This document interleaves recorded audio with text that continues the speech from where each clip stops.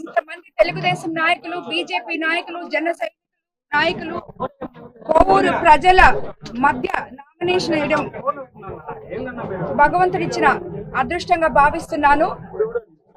అదేవిధంగా ఈ రోజు ఈ అభిమానం చూస్తే కోవూరు విజయం ఖాయమని అనిపిస్తుంది. అలాగే కోవూరి అభివృద్ధి కూడా ఖాయమని చెప్పి అనిపిస్తుంది.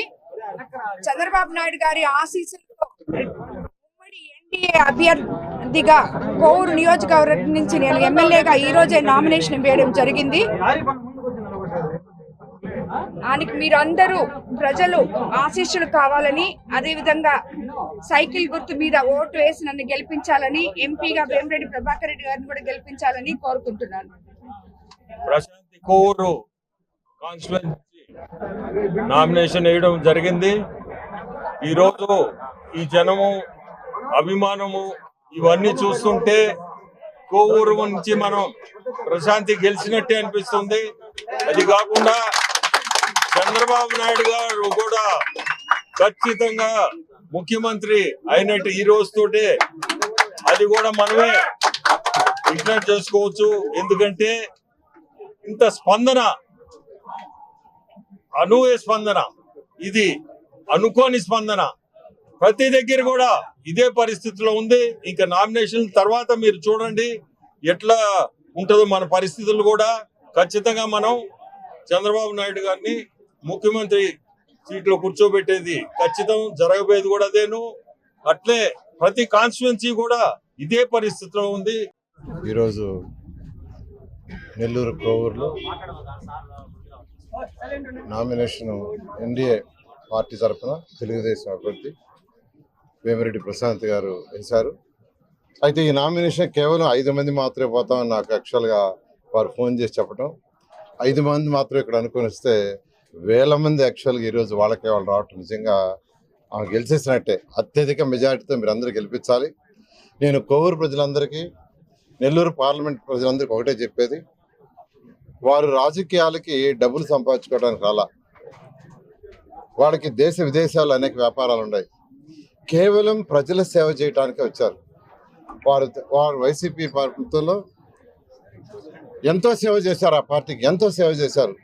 కానీ వాళ్ళకి ఆ రికగ్నైజేషన్ లేదు, గౌరవం లేదని తెలుగుదేశంకి వచ్చారు. నన్ను వేమిరెడ్డి ప్రభాకర్ రెడ్డి గారు ఫస్ట్ నన్ను కాంటాక్ట్ చేశారు. ఒకటే చెప్పారు, నారాయణ చంద్రబాబు నాయుడు దగ్గర నువ్వు పోవాలంటే అపాయింట్మెంట్ అవసరంలే, ఫోన్ అవసరంలే, నేరుగా వెళ్ళిపోతావు, ఆయన గౌరవిస్తాడు. అంతేకాదు నెల్లూరు టౌన్ని, నెల్లూరు 54 డివిజన్ని బ్రహ్మాండంగా డెవలప్ చేశావు. నెల్లూరు ప్రజలు గుండెల్లోని పెట్టుకుంటున్నారు. ఈరోజు ఎక్కడ నాతో చెప్పడం జరిగింది. అప్పుడు నేను వారిని చంద్రబాబు నాయుడు దగ్గర తీసి ఇంట్రొడ్యూస్ చేస్తే వెంటనే వాళ్ళు యాక్చువల్గా ఆయన వెంటనే చైర్మన్ యాక్చువల్గా పార్టీలో చేర్చుకున్నారు. ఎందుకంటే ఆయన అజాతశత్రువు, ఎవ్వరికి అపకారం చేయాల, ఆయన డెవలప్ చేయాలా, ప్రజల గుండెల్లో ఉండాలనే వచ్చారు.